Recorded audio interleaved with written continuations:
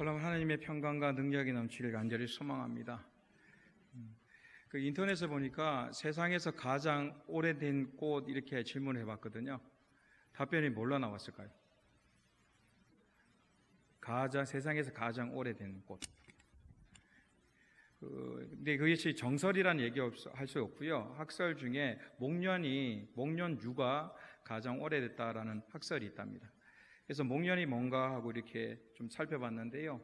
목련이 봄을 대표하는 꽃 이렇게 나오고요. 그리고 그 가지를 잘라서 집히면 습기, 냄새 제거에 효능이 있고요. 그리고 목련에 신이라는 부분이 있는데 그것을 따서 차로 만들면 되게 궁금하시죠? 두통, 발열, 축농증, 이 기관지에 굉장히 좋다고 얘기를 합니다.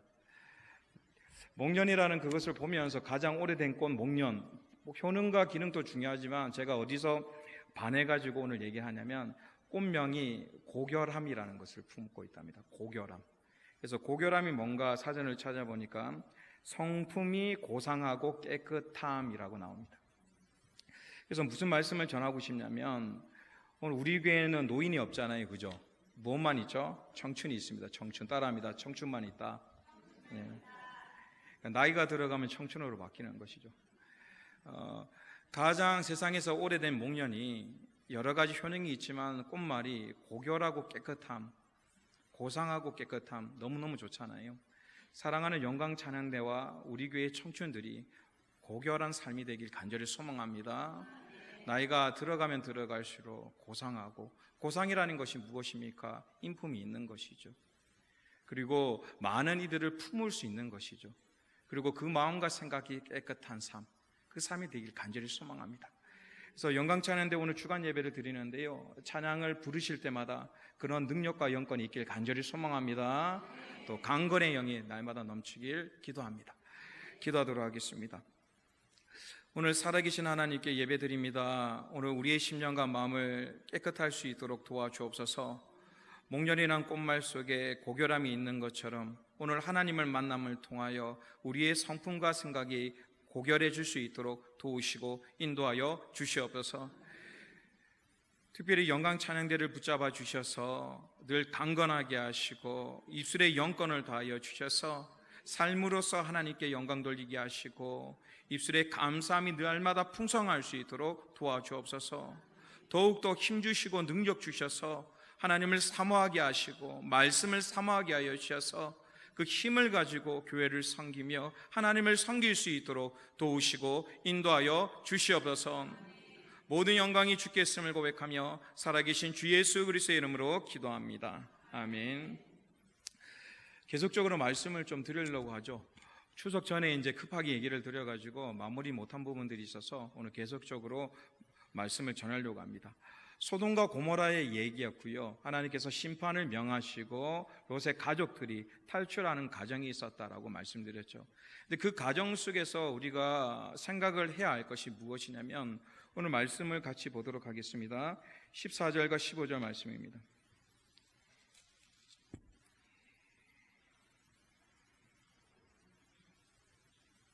창세기 19장 14절과 15절 말씀 합독하도록 하겠습니다. 롯이 나가서 그 딸들과 결혼할 사이들에게 말하여 이르기를 여호와께서 이 성을 멸하실 터이니 너희는 일어나 이곳에서 떠나라 하되 그의 사이들은 농담으로 여겼더라.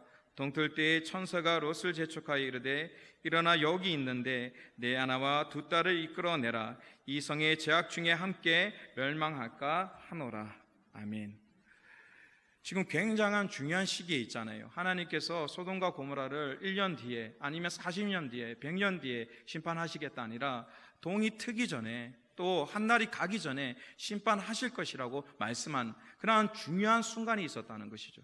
그래서 이 롯이 자신의 가족과 결혼을 약정한 사이들을 살리기 위해서 얼마나 간곡하게 부탁했을까요? 하나님께서 심판하시니까 지금 떠나야 된다, 떠나야 한다. 지금 이 순간 바로 정리해서 떠나야 한다. 집 있는 거 추리지 말고 몸만 나가자. 지금 서둘러야 된다. 얼마나 간곡히 얘기했겠습니까? 자신이 강곡하기 때문에 온 정성을 다하여 온 열정을 다하여 온 마음을 다하여 그렇게 선포했을 것입니다. 협박을 하면서 여러 가지 생각을 달리기도 하면서 그 짧은 시간에 온 마음을 다하여 설득하려고 노력했는데, 중요한 것은 그 사위들은 그 말을 농담처럼 여겼다는 것이죠. 흘러가는 얘기, 의미 없는 얘기, 그냥 웃고 마는 얘기로 그것을 들었다라고 얘기하고 있습니다. 이것은 오늘 우리 삶 속에서요, 큰 경종과 묵상의 제목들을 주고 있습니다. 우리는 예배를 드린다는 것은 영적인 것입니다. 하나님께서는 예배가 영이라 그러셨고 우리의 삶이 영적으로 살아야 한다고 말씀하셨죠. 그렇다면 영적인 얘기가 들렸을 때 우리는 농담으로 듣는 것이 아니라 마음판에 새길 수 있는 귀한 교회와 아름다운 성도가 되기를 간절히 축원합니다. 그렇다면 우리가 인생을 살면서 또 영적으로 살아가면서 세 가지 질문, 이 질문을 하면서 그 대답과 그 모습을 우리 마음에 새겼으면 좋겠습니다. 그래서 이 시간 세 가지 질문을 중심으로서 나갈 때 그 질문의 답변을 농담으로 여기지 마시고 심각하게 또 하나님의 편에 서서 묵상하시며 듣는 귀한 시간이 되길 간절히 소망합니다. 첫 번째 질문은 무엇입니까? 우리는 누구를 섬길 것인가? 누구를 섬길 것인가? 인도와 네팔을 이렇게 지나가게 보면 마을마다 이렇게 작은 구멍 같은 모습이 있습니다. 그 구멍 같은 모습에 이렇게 얼굴을 들여다보면 무엇이 있냐면 형상이 새겨져 있습니다. 어떤 마을은 뱀의 형상이 있고요, 어떤 마을은 원숭이 형상이 있고, 어떤 마을은 개의 형상이 있고, 그런 형상 등이 있는 것이죠. 그래서 선교사님에게 이것이 뭡니까? 라고 물으니까 이 마을을 섬기는 신이라는 것이죠. 그 마을에 원숭이가 많이 있으면 원숭이에 대한 경배로 신상을 만드는 것이고, 또 뱀이 많으면 뱀을 섬기는 것. 그래서 온 마을이 그 신상을 따라간다라고 얘기를 하고 있다는 것이죠. 오늘 인생에 살아보면 하나의 다른 곳, 형상을 만들어 섬기는 그런 우상도 있지만 보이지 않는 우상을 섬길 때도 있다는 것이죠. 오늘 우리의 삶은 보이든 보이지 않든 무엇인가를 섬기고 살고 있다는 것을 기억하셔야 한다는 것입니다. 소돔과 고모라는 무엇을 섬겼습니까? 그들은 죄악을 섬겼습니다. 그들은 무엇을 섬겼습니까? 그들의 마음에 죄악을 섬겼다는 것이죠. 그래서 추석 전에 짤막하게 영화를 보여드렸는데 거기 보니까 어떤 사람이 물건을 가지고 있으니까 강도가 그냥 칼로 바로 찌르고 그것을 뺏어가는 모습을 봤죠. 그래서 주위의 사람이 그렇게 죽어가는데도 관심 가지지 않는, 다른 말로 물건을 빼앗는데 생명을 해야도 아무렇지 않는 그 시절과 그 모습이 되었다는 것이죠. 다른 말로 그 시대는 하나님과 말씀을 섬기거나 도덕과 법을 섬기는 것이 아니라 죄를 섬기는 삶이었다는 것이죠. 자신의 욕심대로 탐욕대로 살아가는 그런 인생이 되었다는 것입니다. 그러면 우리가 생각합니다. 어떻게 그렇게 될 수 있냐? 사람이라는 태어날 때부터 인성이 있고 가족이 있고 사람 마음들이 있을 텐데 어떻게까지 그렇게 되었는가? 제가 군에 있을 때 위생병이라는 것을 하게 되었는데요, 위생병이라는 것은 무엇이냐면 전쟁이 터졌을 때 옆에 있는 전우를 도와주는 겁니다. 상처를 좀 꿰매기도 하고 주사를 놔주기도 하고 간단한 일들을 하는 위생병이 있었는데 그 훈련들을 따로 모여가지고 이렇게 했죠. 그러면서 이제 훈련 장소 속에서 전시라 하면서 수많은 사람들을 눕혀놓는 거죠. 어떤 사람은 스티커를 붙이죠. 머리 부상, 어떤 사람은 팔 부상. 그것을 빠른 시간 내에 정리하는 것, 그것이 이제 4단급으로 나와서 훈련하는 기간이 있었는데요, 교육받는데 어떤 교육을 했냐면, 자, 맞춰보십시오. 평소에 머리를 다쳤고요, 어떤 사람은 손을 다쳤고 어떤 사람은 발을 다쳤습니다. 1번은 머리를 다쳤고 2번은 팔을 다쳤고 3번은 다리를 다쳤습니다. 그렇다면 누구부터 고쳐야 할까요? 누구부터 치료해줘야 될까요? 아닙니다. 정답은요, 생명이 위독한 부분. 머리나 팔, 다리가 중요한 것이 아니라 생명이 위독한 사람을 먼저 해줘야 되는 것이죠. 어떤 사람은 혹만 나도 머리에 혹만 난 것 가지고 치료할 필요 없죠. 근데 어떤 사람은 사지가 절단이 됐다면 생명이 위독한 사람부터 먼저 구해줘야 되는 것이죠. 자, 전쟁입니다. 전쟁 시에는 어떻게 될까요? 1번 머리, 2번 팔, 3번 다리. 누구부터 고쳐야 할까요? 정답은 전쟁할 수 있는 사람부터. 전쟁할 수 있는 사람부터. 이해되시죠? 만약에 오른손이 절단되면 총을 쏠 수 없죠. 그러면 안 됩니다. 머리를 다쳤는데 총을 쏠 수 없는 상태면 치료할 수 없는 것이죠. 생명이 위독해도. 다리가 두 개가 없는 상태죠. 그러나 총을 쏠 수 있다면 그 사람부터 살려야 하는 것이죠. 그래서 위생병 훈련할 때 그렇게 가르치는 거예요. 평소에는 생명이 위독한 사람부터 살리지만 정쟁 시에는 전쟁을, 다른 말로 전쟁을 할 수 있는 사람부터 살려야 한다. 그것이 기준점이라는 것이죠.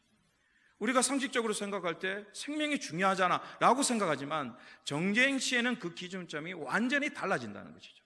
그렇다면 소돔과 고모라의 기준점은 무엇이었습니까? 바로 죄악이었다는 것입니다. 하나님의 말씀이 아닌, 선한 일이 아닌, 예배가 아닌, 교회가 아닌 자신의 욕심대로 살아가는 그 기준점, 다른 말로 죄를 섬겨나가는 인생과 모습이 되었다라고 말씀하고 있다는 것입니다. 오늘 여러분들은 무엇을 섬기고 있습니까?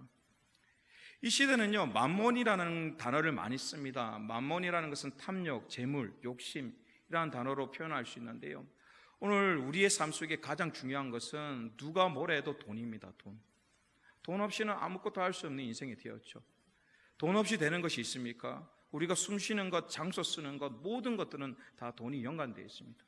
그것 때문에 늘 고민해야 되고, 생사, 먹고 사는 것, 어떻게 입을까, 어디로 살까, 무엇을 마실까 생각할 수밖에 없는, 그래서 거리를 나가도 모든 것이 세금이잖아요. 차비잖아요. 그러니까 돈 없이는 될 수 없는, 돈을 어쩔 수 없이 섬길 수밖에 없는 인생이 되는 것이죠.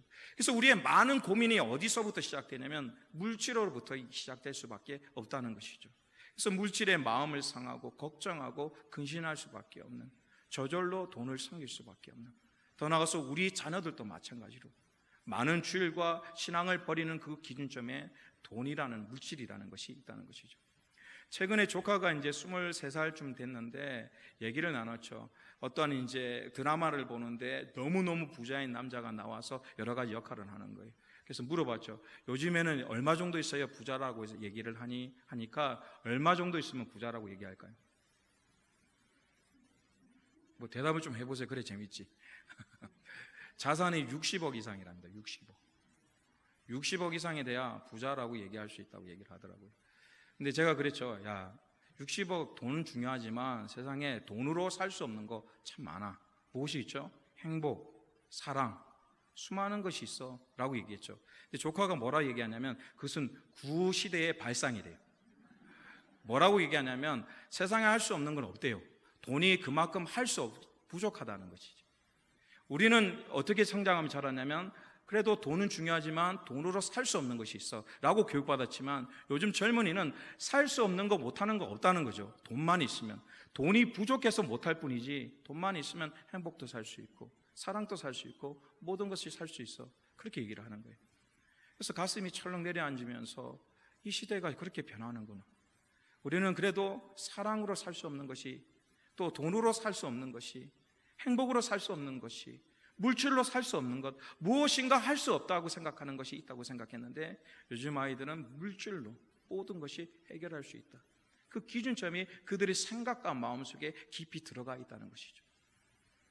그래서 그들은 알게 모르게 돈을 섬기며 물질을 섬길 수밖에 없는 그런 인생을 살고 있다는 것입니다. 그다음에 이 질문을 우리에게 하겠습니다. 나는 누구를 섬기고 있습니까?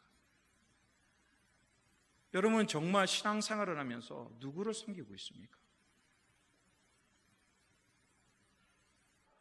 롯의 가족은 하나님을 섬기는 사람이었습니다. 그러나 소돔과 고모라는 그 곳에서 정말 수많은 어려움 속에 죄악을 섬기는 곳에서 그렇게 살 수밖에 없었던, 그래서 함부로 하나님 이름을 고백하거나 전도할 수 없는, 정말 죽은 듯이 살 수밖에 없었던 신앙을 가지고 있었던 것이죠. 다른 말로 온전히 하나님을 섬겼다면 소돔과 고모라를 떠나야 한다는 것이죠. 그 속에서 변혁을 시키는 것이 아니라 아브라함 품에 다시 돌아가 처음부터 시작하는 신앙이 있을 때 그는 하나님을 섬긴다고 얘기할 수 있다는 것이죠. 그러나 롯은 하나님을 안다고 고백했지만 소돔과 고모라를 떠나지 못하고 멸망당하는 그 시점 속까지 그는 머무를 수밖에 없었다는 것입니다. 그렇다면 다시 우리의 삶 속에 내가 지금 누구를 섬기고 있는가에 대해서 단호하게 생각하시고 다시 한번 결정하는 시간이 되길 간절히 소망합니다. 입술로는 교회를 다닙니다. 내가 하나님을 믿습니다. 의지합니다라고 고백하지만 정말 내가 하나님을 섬기고 살고 있는가? 내가 기도와 찬양과 예배를 통하여 하나님은 정말 한 분밖에 안 계셔서 나의 구주시며 능력이라고 고백하고 있지만 정말 그분을 입술대로 섬기며 살고 있는가에 대한 그 질문을 농담으로 흘리지 말고 다시 한번 결단할 수 있는 신앙이 되어야 한다는 것입니다. 그다음에 이 결단을 돕기 위해서 한 구절을 보도록 하겠습니다. 로마서 5장 8절 말씀입니다. 로마서 5장 8절 말씀 같이 합독하도록 하겠습니다. 우리가 아직 죄인 되었을 때에 그리스도께서 우리를 위하여 죽으심으로 하나님께서 우리에 대한 자기의 사랑을 확증하셨느니라. 아멘.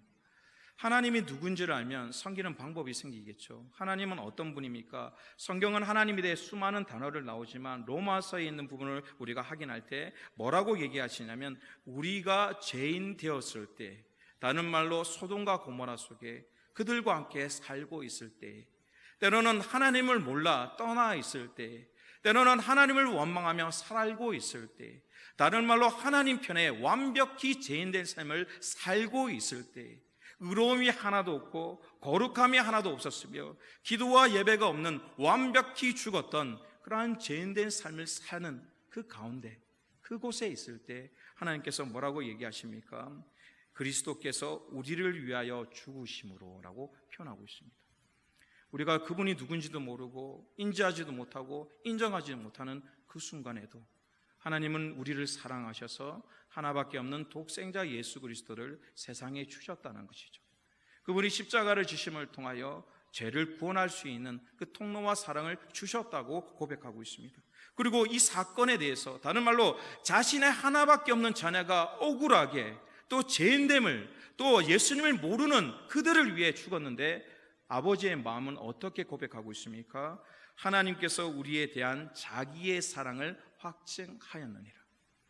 자신의 하나밖에 없는 아들을 세상에 주셔서 존귀와 영광을 받는 것이 아니라 처참한 인생, 십자가의 삶, 고난의 삶, 연단의 삶, 마지막 아무것도 없이 가시 면류관을 쓰시고 벌거벗은이가 돼서 많은 일의 조롱을 받는 그 사건을 하나님께서 뭐라고 얘기하시냐면 나의 사랑의 확증이다라고 말씀하고 있다는 것입니다. 그래서 얼마나 놀라운 사건과 사랑인지 모릅니다. 하나님은 어떤 분이십니까? 그래서 사랑이라고 고백할 수밖에 없다는 것이죠. 이러한 하나님을 섬기지 않고 무엇을 섬기고 나아가겠습니까? 정말 하나밖에 없는 이 하나님, 독생자 예수를 주시며 그것이 억울하다, 괴롭다, 심판하겠다라고 말씀하신 것이 아니라 우리의 사랑이라 확증이라고 말씀하시는 그분을 섬기지 않는다면, 그분을 인정하지 않는다면 누구를 섬기며 따르겠습니까? 다시 한번 우리의 신앙이 영적인 농담이 아닌 진실됨으로 하나님만을 섬길 수 있는 귀한 삶이 되길 간절히 소망합니다. 그래서 우리가 선택의 길로, 흔들리는 길로 속에 있을 때 어떻게 대답을 하셔야 되냐면 나는 하나님을 섬기는 사람이야 라는 고백으로 시작하셔야 하는 것입니다. 예배를 드리고 신앙생활에 수많은 일이 있을 때 다른 것을 먼저 고백하는 것이 아니라 나는 하나님만을 섬기는 사람이라는 그 고백의 시작점으로 우리의 예배와 신앙생활이 시작되기를 간절히 축원합니다. 따라합니다. 나는 하나님만을 섬기겠습니다. 하나님만을 섬길 수 있는 정말 그 고백이 있어야 합니다. 너무 쉽게 고백하는 것이 아니라 하나님도 하나님의 사랑의 확증을 보여주기 위해서 계획하시고 또 예수 그리스도의 그 고난과 역경 속에 그 일을 완성시킨 것처럼 때로는 하나님을 섬기는 일이 괴롭고 힘들 수도 있습니다. 그러나 중요한 것은 하나님의 사랑이 크기에 그분을 인정하며 살아갈 수 있는, 때로는 넘어지기도 하고 자빠지기도 하지만 다시 한번 하늘을 쳐다보며 하나님만을 섬깁니다라고 고백할 수 있는, 나의 발걸음을 돌이킬 수 있는 그러한 신령과 능력들이 우리 삶 속에 있기를 간절히 소망합니다. 두 번째 질문은 무엇입니까? 나는 누구인가? 따라합니다. 나는 누구인가? 소돔과 고모라의 롯은요, 아브라함의 관계 속엔 조카죠. 또 자신의 아내 속엔 남편이고요. 또 두 딸에 있어서는 아버지이고 또 사위에서는 장인이겠죠. 그리고 소돔과 고모라에서는 굉장한 중요한 위치에 있었던 직분을 가지고 있었던 사람. 롯의 한 사람도 관계에 따라서 많은 질문과 관계의 이름으로 물을 수 있다는 것이죠. 저도 한번 생각해 봤습니다. 아버지가 계신다면 아버지의 관계 속엔 저는 아들이 되는 것이고요. 또 유진 사모와 관계 속에서는 남편이 되는 것이죠. 그리고 백열성이라는 아들의 관계 속에는 아버지가 되는 것이죠. 그리고 성지교회에서는 누가 됩니까? 목사가 되는 것이죠. 또 가족 속에는 내가 남동생이 되기도 하고 형이 되기도 하고, 또 이웃에 사는 사람들은 목사이기도 하고 옆집 아저씨가 되기도 하고, 수많은 명칭을 살고 가지고 살아가고 있다는 것이죠. 그렇다면 그 많은 명칭과 관계 속에 나는 누구입니까? 오늘 이 시간 한번 묵상해 보도록 했으면 좋겠습니다. 여러분 또 삶 속에 관계성이 있지 않습니까? 자녀의 어머니가 되기도 하고 남편이 되기도 하고 수많은 명칭을 가지고 있는데, 그렇다면 진정한 나는 누구입니까?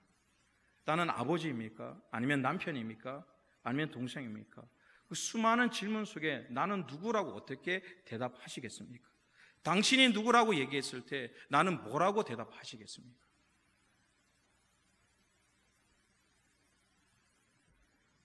성경에서는 우리에 대한 가치를 다시 한번 얘기하고 있습니다. 나는 누구인가에 대해서 다시 한번 설명하고 있는데요.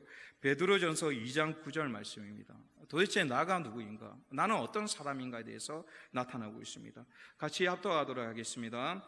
그러나 너희는 택하신 족속이요 왕같은 제사장들이요 거룩한 나라요 그의 소유가 된 백성이니 이는 너희를 어두운 데서 불러내어 그의 기이한 빛에 들어가게 하신 이의 아름다운 덕을 선포하게 하려 하심이니라.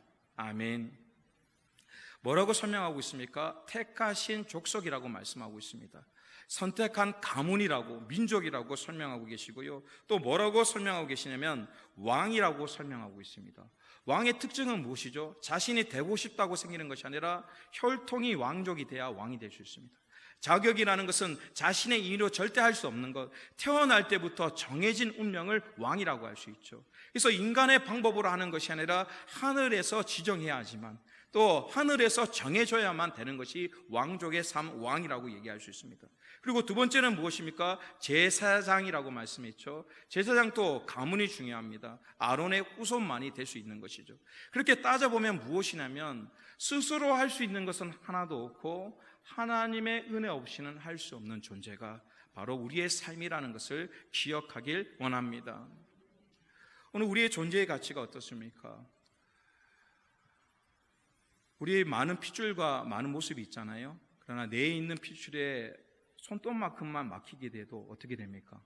장애가 일어나고 어려움이 생기는 것이죠. 내가 건강한 것처럼 생각 들지만 또 어떻게 될지 모르는 인생, 한 부위만 아니면 한 빗줄만 잘못돼도 쓰러질 수밖에 없는 인생이 우리의 삶이라는 것이죠. 오늘 하루를 살아갈 때요, 우리가 열심히 산다고 해서, 건강하게 살고 싶다고 해서 그렇게 살아갑니까? 때로는 원치 않은데 암이라는 질병이 오고요, 때로는 원치 않은데 사고라는 것이 오기도 하고, 때로는 인생에 살면 기쁜 날도 많지만 원치 않는 불행의 날도 참 많다는 것입니다. 또 신앙생활을 하면서 늘 기쁩니까? 늘 감사합니까? 그렇지 않습니다. 때로는 넘어지기도 하고 자빠지기도 하고, 때로는 웃기도 하지만 울기도 하는 그런 우리의 인생이라는 것이죠. 주위에 바람만 불어도 걱정할 수밖에 없고 흔들릴 수밖에 없는 그러한 존재인데, 하나님께서는 뭐라고 얘기하냐면 선택받은 사람, 그리고 무엇으로 선택하였냐면 왕으로서, 제사장으로서, 또 소유된 백성으로서, 더 나아가 빛의 자녀로서 이끌어 주신다고 말씀하고 있다는 것입니다. 그렇게 우리는 누구입니까? 많은 명칭이 있지만 오늘 우리의 삶은 하나님의 자녀가 되시길 간절히 소망합니다. 하나님의 자녀가 되어야 하는 것입니다. 하나님을 아버지라 부르고 주님을 나의 구주로 영접하고 믿는 것, 그래서 정말 하나님을 나의 아버지라 믿는 삶, 그래서 내가 하나님의 자녀의 건설을 누릴 수 있는 삶. 그래서 세상에 많은 단어가 있지만 우리가 절대 놓치지 말아야 할 단어는 무엇이냐면 저는 하나님의 자녀입니다. 저는 하나님의 자녀입니다. 내가 어디 있든지 하나님의 자녀라는 그 건세의 명칭을 절대 잃어버리지 않고 또 하나님의 자녀처럼 살아가는 귀한 삶, 능력의 삶이 되길 간절히 소망합니다. 그리고 마지막 세 번째 단어입니다. 죽음입니다. 죽음. 우리가 절대 놓치지 말아야 한 단어가 바로 죽음이죠. 태어날 때는 순서가 있지만 하나님 품으로 돌아갈 때는 순서가 없는 것, 그것이 인생을 통하여 많이 보았고 알게 되는 것이죠. 목사로서 늘 말씀드렸죠. 감사한 것과 원망할 수밖에 없는 것이 바로 죽음입니다. 장례식에 가게 되면 뭘 할 수가 없잖아요. 임종 때 가면 무엇을 하겠습니까? 지인들이나 아는 분들이 연락 올 때가 있습니다. 우리 교인 외에도. 그러면 부르면 거기서 임정전에 가서 기도하고 그 시간을 같이 보내는데 아무것도 할 수 없는, 찬양과 기도를 계속할 수밖에 없는, 죽어가는 것을 지켜볼 수밖에 없는 그 상황. 어저께 멀쩡했던 분이 갑자기 돌아가시기도 하고, 병원에 어저께 들어가셨는데 소천하셨다는 연락을 받기도 하고, 부정하고 싶지만 늘 우리의 삶 속에 붙어 있는 것, 그것이 바로 무엇입니까? 죽음이라는 것이죠. 죽음이라는 것은 어떤 관점으로 보냐에 따라서 기뻐질 수도 있고 두려울 수도 있고 걱정이 될 수도 있죠. 제가 중고등부 때 수련회 때 큰 붐이 일어났는데, 어떤 분이냐면 최근에도 한번 붐이 일어나던데 장례식을 진짜적으로 하는 겁니다. 제가 중고등부 때 그때 교회 때는 그 장의사라 있었죠. 그때 장의사 하시는 권사님이 계셔가지고 정말 관을 짜오셨었어요. 수련회 때 관을 짜오셔서 이제 아이들을 그렇게 넣으면서 장례식 일정을 통하여 하기도 했었는데, 어떤 아이는 울기도 하고 어떤 아이는 계속 웃기도 하고 수많은 반응이 일어났죠. 그러나 아이들이 쓰는 그 과정 속에 다시 한번 생각하는 그 과정이 있었죠. 오늘 여러분들이요, 반드시 짚고 가야 되고 또 결론 지어야 할 부분이 무엇이냐면 죽음의 부분입니다. 죽음이나 부분은 인간의 형태로 설명할 수는 없지만 성경을 보니까 이러한 형태로 나타나고 있죠. 누가복음 16장 22절에서 23절 말씀입니다. 누가복음 16장 22절에서 23절 말씀입니다. 함께 합독하도록 하겠습니다.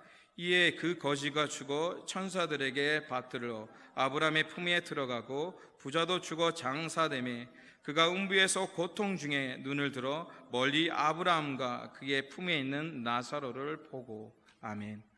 천국과 지옥은요, 우리의 인간의 표현으로서 설명할 수가 없습니다. 이해되시죠? 천국과 지옥을 어떻다라고 우리가 정의 내릴 수도 없고 부분적으로 잠시 아는 것이지 그것을 인정하고 설명할 수도 없습니다. 근데 성경은 우리가 이해될 수 있는 부분이 있는데, 무엇이냐면 삶의 질으로서 구원의 선택이 이루어지지 않는다는 것을 알게 되는 것이죠. 세상 속에 떵떵거리고 명예와 부를 가지고 선행을 했다고 해서, 때로는 가난하여 선행을 하지 못하고 예배를 드리지 못하고 해서 그 기준점으로 천국과 지옥이 나타난다라고 설명하고 있지는 않습니다. 다른 말로 우리의 행위나 우리의 삶의 명예과 가문으로 천국과 지옥이 나눠지지 않는다고 설명하고 있죠. 그리고 천국과 지옥 속에 가장 안타까운 것이 무엇이냐면 천국에서 지옥을 바라볼 수 있고 지옥에서 천국을 바라볼 수 있다는 것이죠. 저는 이 생각만 할 때마다 너무너무 가슴이 아픈 거예요. 그냥 서로 안 보면 좋잖아요, 그죠? 행복하게 천국에서 그냥 지내고 지옥을 안 보면 끝이라고 생각하면 좋지만, 성경에 보니까 서로 볼 수 있다. 이것이 우리가 죽음에 대해서 다시 한번 생각해야 할 문제라는 것이죠. 그냥 끝나는 것이 아니라 서로 끝까지 영원토록 그 모습을 지켜볼 수밖에 없다. 그러면서 어떤 경종을 드릴 수 있냐면, 따라합니다. 오로지 구원은 행위가 아닙니다. 부와 명예가 아닙니다. 오로지 정답은 무엇입니까? 오직 예수 그리스도. 오직 예수 그리스도. 그것을 붙잡을 수밖에 없죠. 그리고 더 중요한 것은 천국과 지옥 속에 서로를 바라볼 수 있다는 것. 제가 새벽에도 그렇고 늘 공동으로 기도할 때 절대 놓치지 않는 부분들이 그 부분이 무엇을 기도합니까? 혼자 나오는 분들, 가정 속에서 홀로 나오는 분들, 자녀와 가문을 위해 한없이 눈물을 흘리는 분들, 그분들의 기도를 반드시 들어달라고, 그 기도를 반드시 응답해달라고. 죽음이란 부분 속에 오늘 나누고 싶은 거는요, 내가 죽는다 걱정 고민 이걸 얘기하는 것이 아닙니다. 우리가 전도할 대상, 우리가 품어야 할 대상, 좀 더 깊게 봐야 할 모습이 있다는 것이죠. 단순히 내가 천국 가면 돼, 이 차원을 떠나서 내가 믿지 않는 이들과 함께 있다면 그들을 영원한 하나님의 지옥 속에 볼 수밖에 없다는 안타까운 사실이 우리 삶 속에 있다는 것입니다. 그렇다고 우리의 힘으로 그들을 전도해서 구원시킬 수는 없습니다. 그러나 그 안타까운 마음을 품고 전도하고 기도할 때 하나님께서 역사하실 줄 믿습니다. 그래서 여러분들이 간곡히 부탁드릴 것은 무엇이냐면 자녀를 위해서 기도해 주시기를 간곡히 부탁드립니다. 그냥 교회만 나오는 것이 아니라 구원받은 자로서, 사도행전의 교회가 어떤 것이 교회라고 말씀합니까? 인원수가 늘어났다? 아닙니다. 구원받은 자의 수가 라고 표현하고 있습니다. 어떤 교회가 살아있는 교회입니까?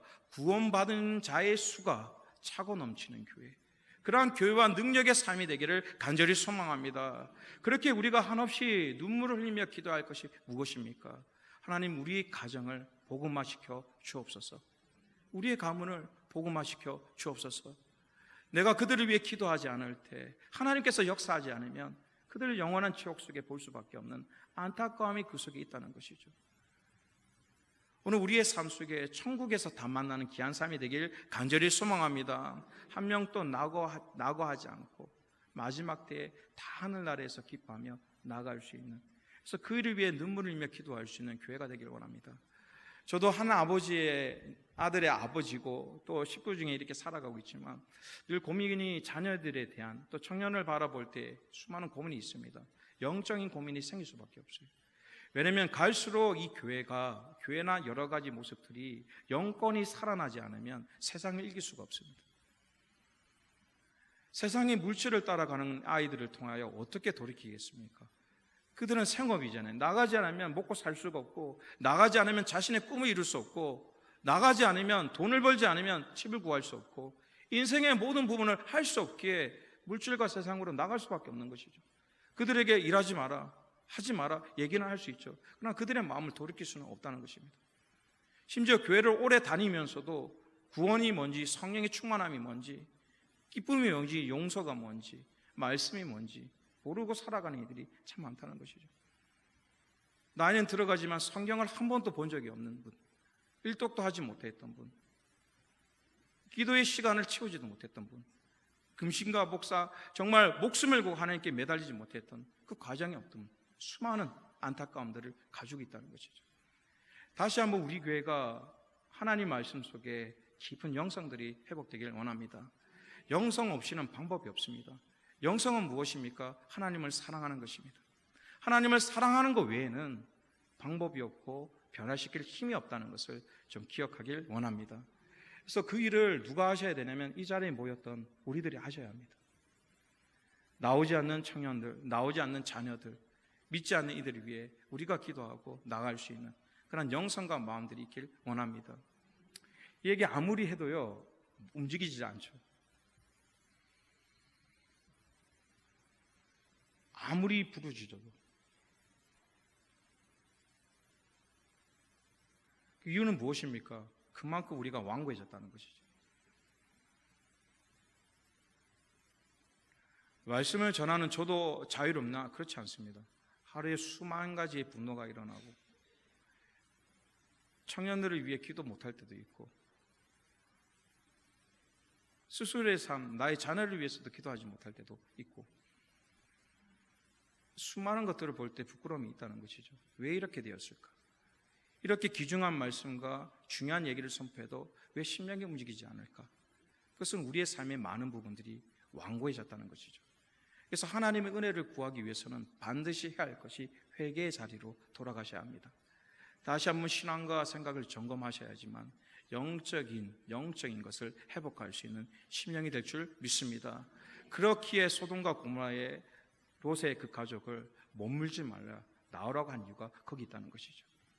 회개라는 것은 그 장소에 있는 것이 아니라 돌이켜 빠져나올 때 그것을 바라보게 되는 것입니다. 그러한 영성과 마음들이 다시 회복되길 원합니다. 그러하여 하나님의 은혜를 구하기 전에 하나님 먼저 죄악부터 깨달을 수 있도록, 하나님의 관계를 다시 한번 회복할 수 있도록 도와달라고, 그러한 기도 속에 하나님께서 은혜를 부어주시고 새로운 도전과 능력을 줄 줄 믿습니다. 말씀을 정리하도록 하겠습니다. 오늘은 조금 푹푹 가라앉는 느낌이네요, 그죠? 내용 자체가 중요하기도 하지만 또 고민해야 할 문제들인 것 같습니다. 오늘 우리 삶 속에 많은 부분들이 영적으로 살아가는 교회 속에서 많은 부분이 흘러갈 때가 참 많죠. 놓치는 부분이 많다는 것이죠. 세상 사람들은 이 교회를 바라볼 때 하나님의 성전을 알고 선한 사람이라고 생각하는데, 우리는 정말 영적으로 그렇게 살고 있는가에 대한 질문들을 하셔야 되고, 그 질문의 세 가지를 오늘 나누었습니다. 무엇입니까? 누구를 섬길 것인가? 또 나는 누구인가? 또 죽음의 문제에 대해서 세 가지를 같이 나눠왔다는 것이죠. 그래서 계속적으로 이 말씀에 묵상을 하시면서 해답을 그냥 입술의 고백이 아닌 삶으로 살아갈 수 있는 귀한 삶이 되길 간절히 소망합니다. 그러나 그것이 우리의 문제로 끝나는 것이 아니라 하나님께서 도우시고 주님께서 도우시고 성령님께서 도우시며 또 교회에서 같이 협력하여 그 길을 걸어가고 있다는 데서 큰 위로와 능력을 얻길 간절히 소망합니다.